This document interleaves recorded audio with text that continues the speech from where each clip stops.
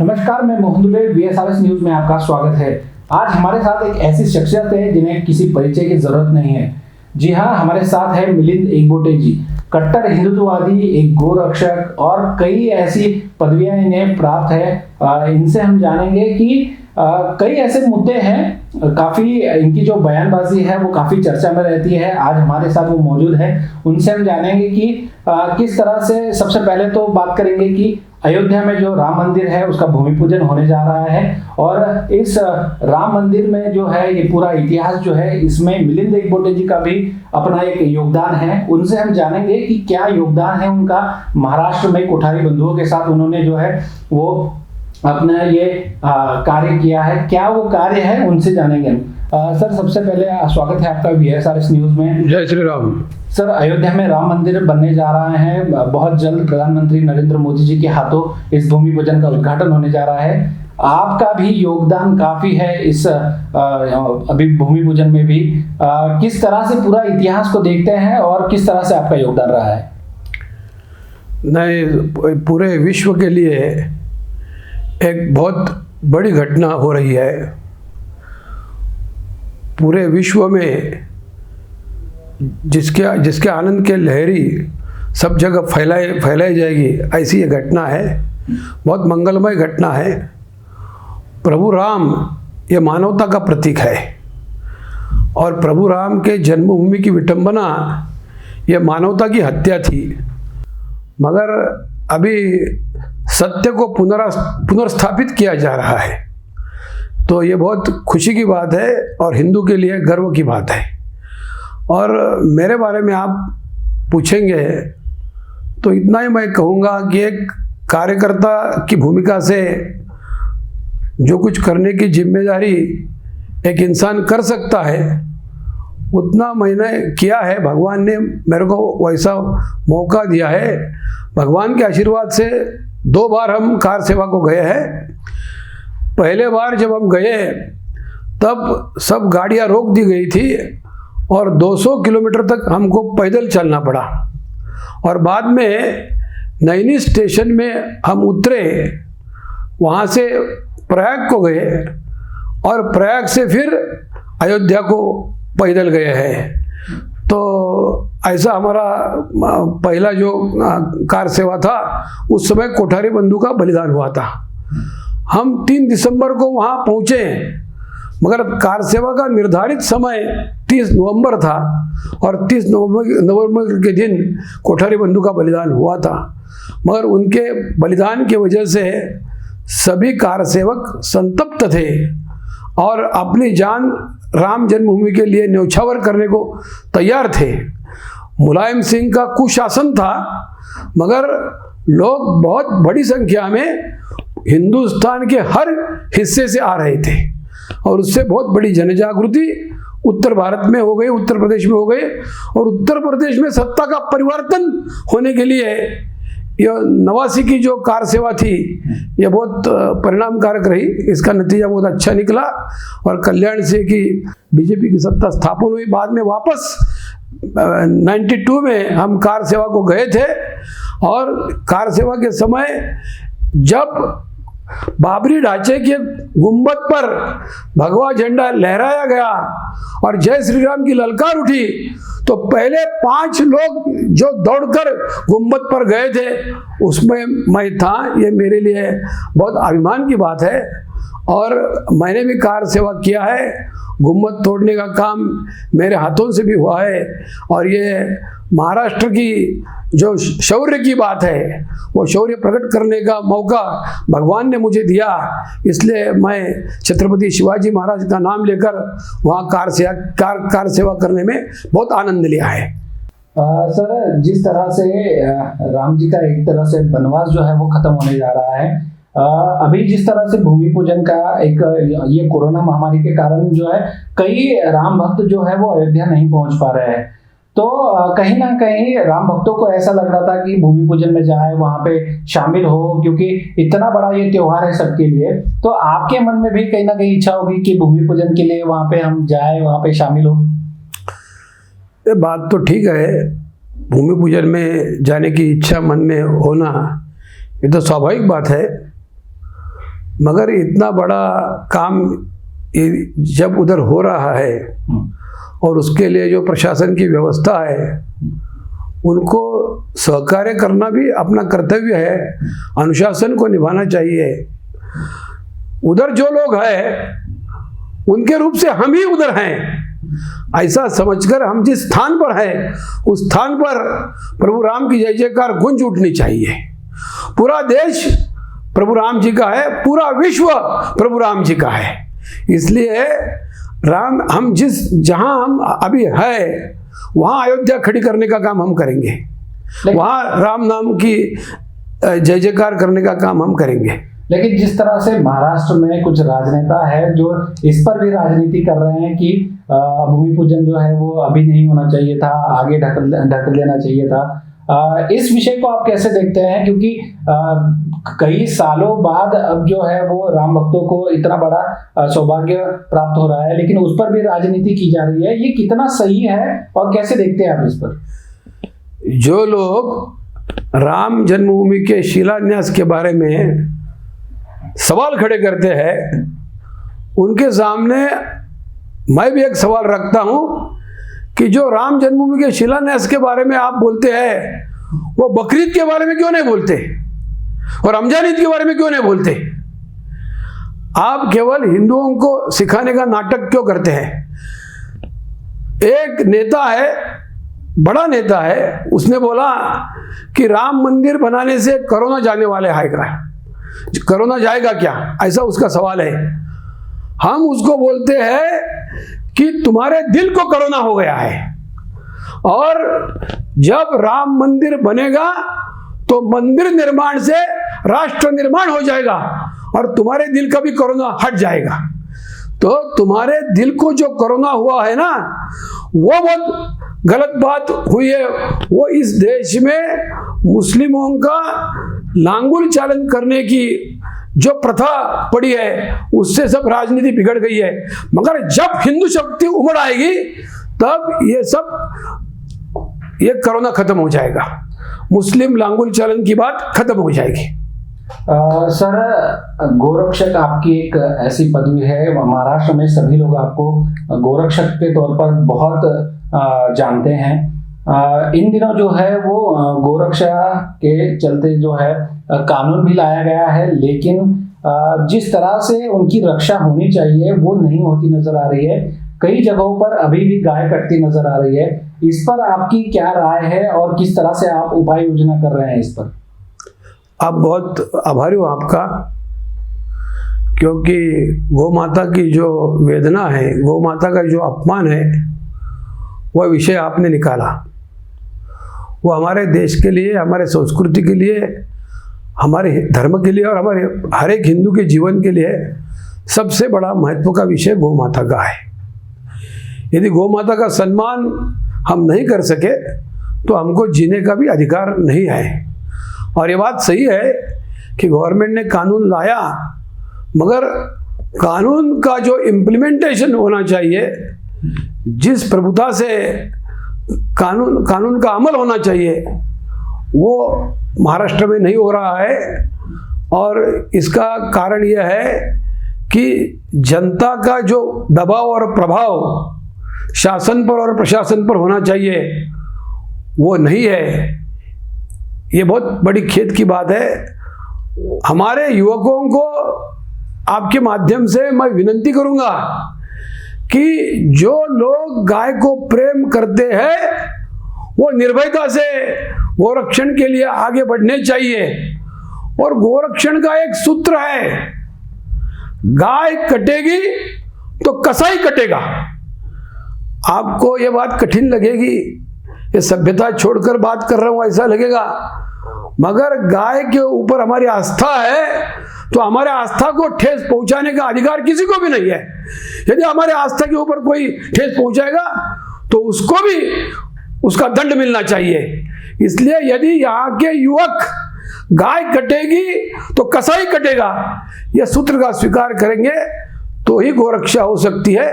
नहीं तो यहाँ के जो मुस्लिम लोग हैं उनकी जो गलत नीति है, इस गलत नीति का प्रभाव यहाँ के पुलिस पर बहुत बड़ी मात्रा में होता है, क्योंकि पुलिस भी राजनीतिक लोगों के हाथ में काम करती है।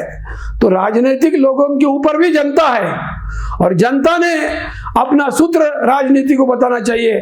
गाय कटेगी तो कसाई कटेगा। लेकिन गोरक्षा का जो कानून है वो अधिक तौर पर कठिन तौर पर लागू करने की जरूरत महाराष्ट्र में है, क्योंकि हाल ही में 2-3 दिनों में अगर घटनाएं देखी तो कई जगहों पे जो है वो गोमांस ले जाने वाले ट्रक जो है वो कड़ी मात्रा में आपकी संगठनों ने काफी पैमाने पे पकड़े हैं। लेकिन कहीं ना कहीं इन्हें पुलिस का भी संरक्षण मिलता है, इसी वजह से ये जो ट्रक है एक जगह से दूसरी जगह जाते नजर आते हैं। तो इस कानून को लेकर क्या कठिन भूमिका आप निभाएंगे और किस तरह से इस कानून को और कठिन लागू करने की प्रयास करेंगे आप? देखो, एक मिसाल आपको बताता हूँ कि अभी कल हमारे कार्यकर्ताओं ने, शिवशंकर स्वामी और उनके साथियों ने इधर तलेगांव के पास में 24 टन गोमोस पुलिस के ताबे में दिया है। ये उस्मानाबाद से आया बीफ। उनके पास कुछ भी कागज नहीं है। एक जिला से दूसरी जिला में जाने के लिए जो परमिट चाहिए वो परमिट भी नहीं है। दूसरी बात, वो सब लोगों ने एक तमाशा किया था कि पिछली बाजू सब सब्जी भर दी थी और अंदर सब गोमोस भरा था। ऐसा करके पुलिस के आंखों में धूल फेंक कर वो इधर तक आए। उस्मानाबाद की जो पुलिस है, जिधर यह गाय कटी, हजारों की संख्या में कटी, उस्मानाबाद पुलिस की जिम्मेदारी थी कि इस लोगों को रोकना था, गाय को बचाना था। हमने पुणे से हमारे प्रयत्न किए, कोशिश की। उस्मानाबाद के लोग, हमारे जो कार्यकर्ता है, उन्होंने जो हमको फोटो भेजे थे वो सुप्रीडेंट को भेजे, मगर सुप्रीडेंट ने ध्यान नहीं दिया और हमको झूठ बोलता रहा कि हमने कुछ भी इधर गो हत्या हमको दिखाई नहीं दे रही है, यहाँ सब ठीक चल रहा है, यहाँ आपका रिपोर्ट गलत है करके हमको ही उन्होंने झूठा बोल दिया और 1000 गाय कट गई। ये केवल उस्मानाबाद का मिसाल आपको बताया। ये पुलिस जो है अपना काम ईमानदारी से नहीं करती है। कोविड में, कोरोना के लिए पुलिस की बहुत वाहवाह हो गई, पुलिस की बहुत स्तुति हो गई कि पुलिस ने अच्छा काम किया, पुलिस ने कोरोना के लिए कोविड योद्धा का काम किया, पुलिस ने बहुत परिश्रम लिए, मेहनत ली। मगर ये पुलिस जो कोविड में काम करते वो गोरक्षा के लिए काम नहीं करते। ये क्या बात है?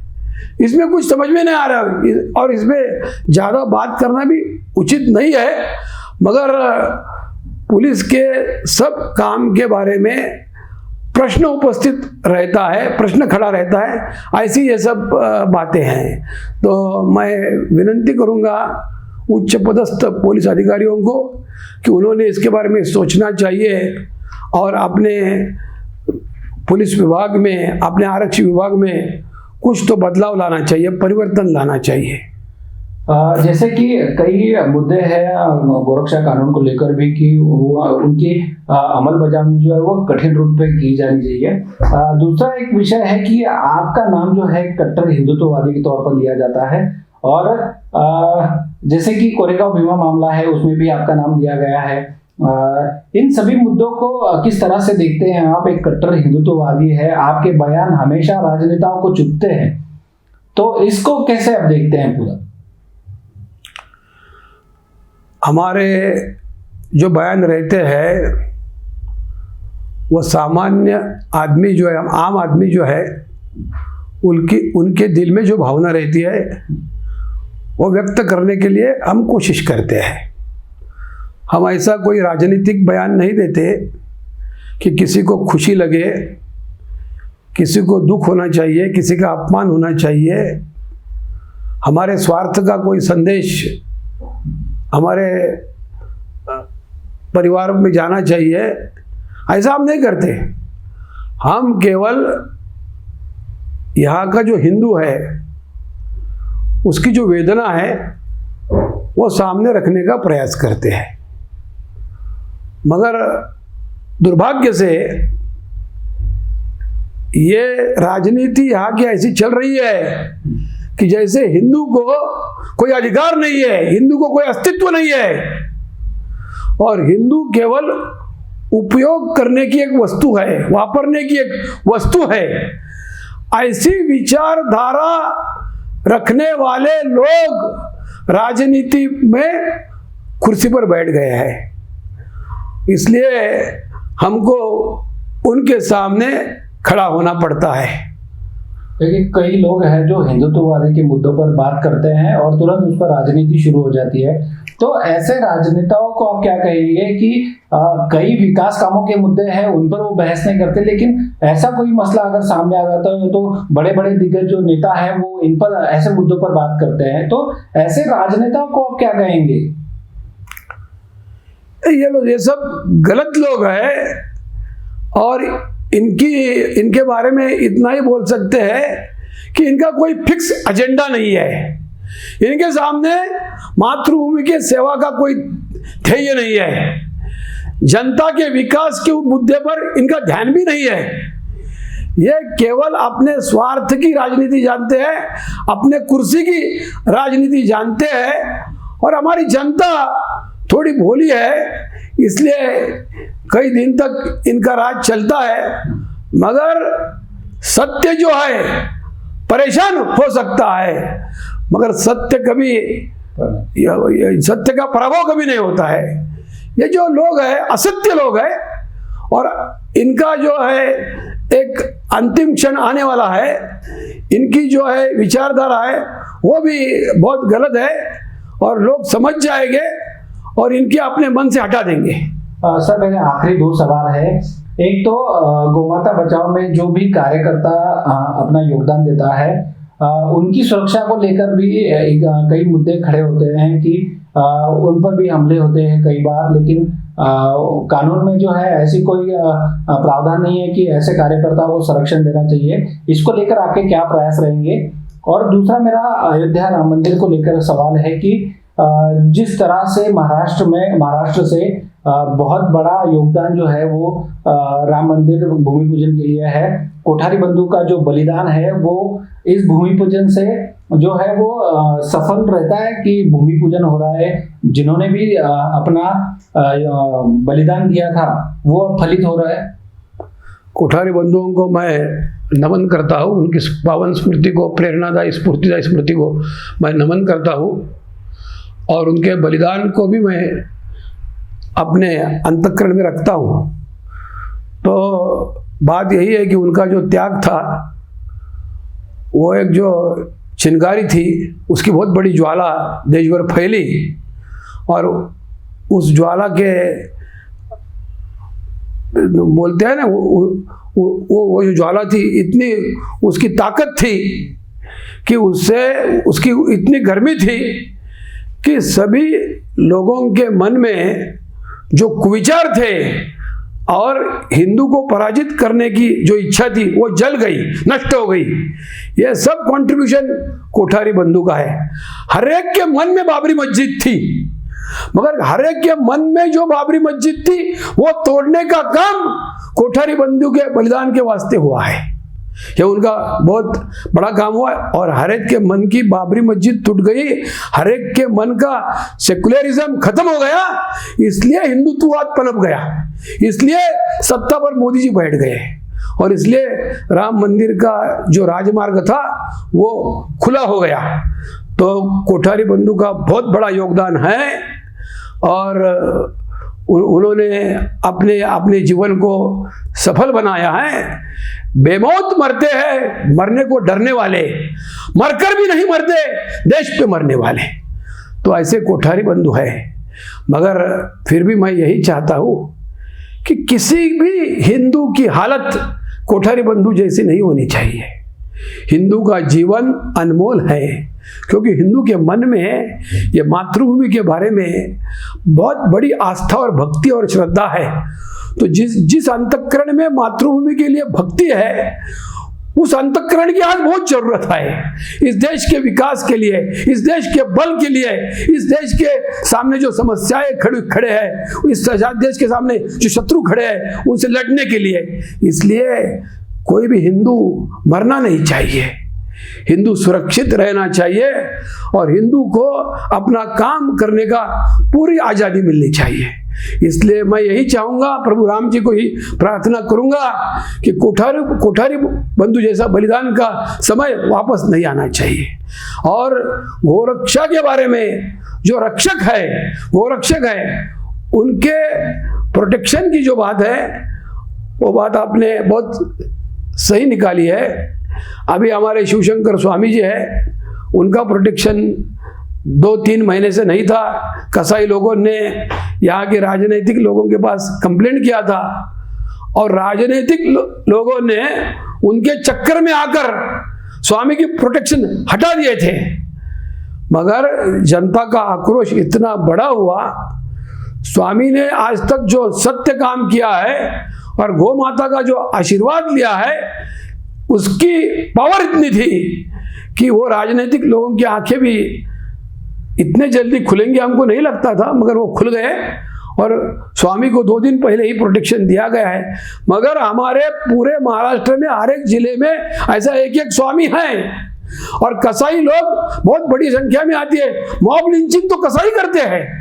मॉब लिंचिंग की चर्चा जब सुप्रीम कोर्ट में होती है तब हिंदुओं के ऊपर इल्जाम लगाते हैं, मगर ये कसाई लोग, ये मुस्लिम गुंडे मॉब लिंचिंग करते हैं और यहाँ सुरक्षा देने की बहुत जरूरत रहती है। मगर ना सुप्रीम कोर्ट, ना हाई कोर्ट, ना कोई हिंदुत्ववादी संगठन गोरक्षकों के सुरक्षा के बारे में विचार रखते हैं, चर्चा करते हैं। ये बहुत बड़ी एक समस्या है, मगर ये समस्या हल होनी चाहिए। आपने इसके लिए जो बात निकाली, इसलिए आपका आभार मानता हूं। मगर गोरक्षक बहुत बहादुरी का काम करता है। आज के दिन में छत्रपति शिवाजी महाराज का जो सैनिक था, मावला था, वो उनका रूप देखने का है तो 21वीं सदी में गोरक्षक ये शिवाजी महाराज का मावला है और ये गोरक्षक का सम्मान होना चाहिए। ये गोरक्षक की सुरक्षा की व्यवस्था होनी चाहिए। ये तो हम बोलते हैं ना, हमारी सुरक्षा पुलिस नहीं करते तो हमारे आत्म सुरक्षा के लिए हमको हथियार दे दो, बस खत्म। हम गोरक्षा भी करेंगे और आत्मरक्षा भी करेंगे। तो जिस तरह से देखा आपने कि मिलिंद एकबोटे जी जो है, उनके जो बोल है, उनकी जो बातें हैं, वो कई राजनेताओं को चुभती जरूर है, लेकिन वो कहीं ना कहीं 100% सच है। तो ऐसे ही बड़ी शख्सियत के साथ हम दोबारा आपसे मिलेंगे। तब तक के लिए नमस्कार। जय गौ माता।